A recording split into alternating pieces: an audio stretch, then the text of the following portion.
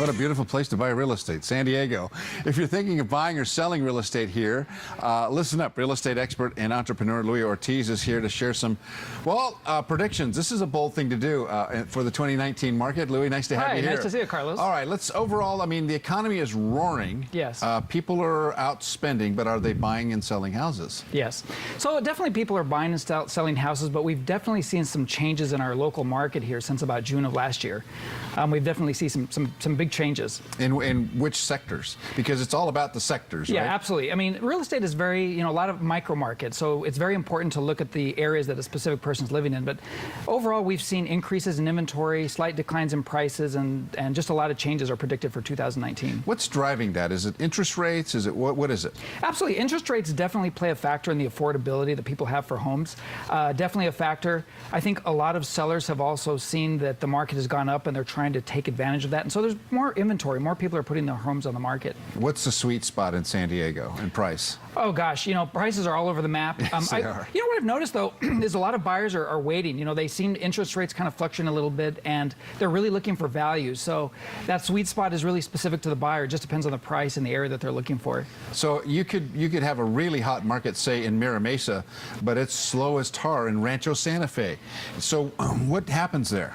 So absolutely, just like in most areas, it's all price and supply. And as inventory levels start to go up, we do see declines in a lot of prices. And some areas are still very hot. Carmel Valley is a very hot area, for example, where houses don't stay on the market very long. But some of the more affluent homes, we're seeing market times a lot longer. So what advice would you give to somebody who's thinking about, let's start with the buyers. What kinds of deals should you be looking for in San Diego if you're a buyer? I think for a buyer, this is a great time. They have a little bit of advantage because we're starting to see a lot of inventory increases. And I think buyers need to be really diligent in looking at their homes. For a buyer, I also would suggest looking for off-market properties, because there's a lot of buyers who maybe have rented their property. And a lot of times a buyer can get a really great deal by not looking at all the websites and things, but maybe working with somebody to find them something that's off-market. There's a lot of advantages. And then also being very mindful of interest rates, because as interest rates rise, that can be a lot more expensive over the life of the loan than, say, prices. So that's also something buyers need to be very mindful of. All right, so if I have a house to sell, what things should I be doing? Let's get it on the market quickly. Well, the reason... Of course you said that. Well, there's a strategic reason for that. Yeah. Obviously, we've seen since about June of last year, we've seen very consistent price declines around the county.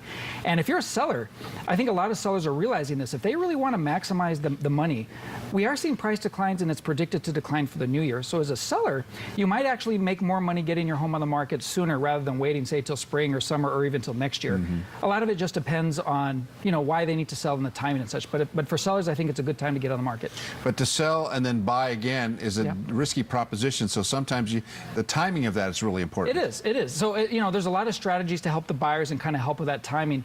And it's just a matter of finding what deal is going to work for that specific buyer. Now, I love looking at Realtor.com and all the websites, as you mentioned, Zillow and those. They're out there as a great resource. Yeah. But there's nothing like having a person who actually understands the dynamic of the market specifically. Yeah, and this is a conversation that I have with a lot of people, is you need to be really careful with these sites, because a lot of these websites have, estimations and valuations of homes. And a lot of times those valuations are wildly inaccurate.